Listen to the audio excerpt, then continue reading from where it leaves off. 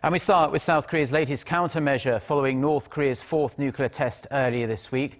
The South Korean military has just resumed anti-Kim Jong-un loudspeaker broadcasts at the inter-Korean border. Today also just so happens to be the North Korean leader's birthday. The South Korean military has raised its readiness to its highest level as the North has a history of lashing out against the speakers.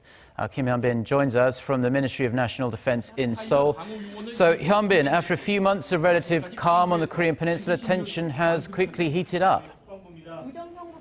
That's right, Mark. South Korean troops along the border are put on the highest state of alert to respond swiftly and strongly if North Korea tries to retaliate against the loudspeakers, which, like you said, started a few minutes ago. Now, the speakers are set in 11 different areas along the border. They pump out news and messages condemning North Korea's repressive government and even play the latest K-pop hits at high volume.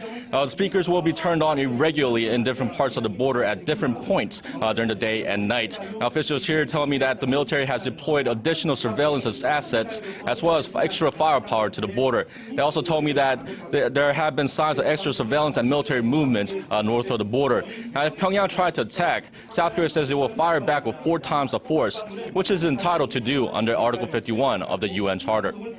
Well, Hyun-bin, we certainly hope North Korea doesn't do anything that stupid, but South Korea knows full well how much Pyongyang really hates these loudspeaker broadcasts. Yeah, that's right. The South used these giant loudspeakers quite recently in August last year.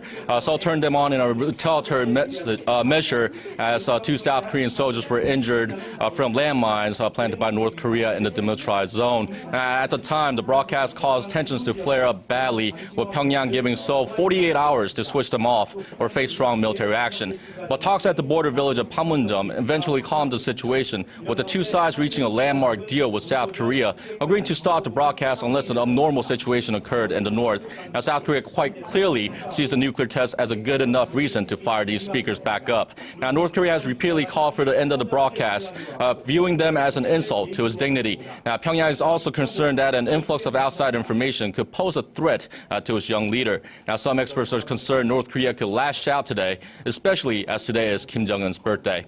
Now, back to you.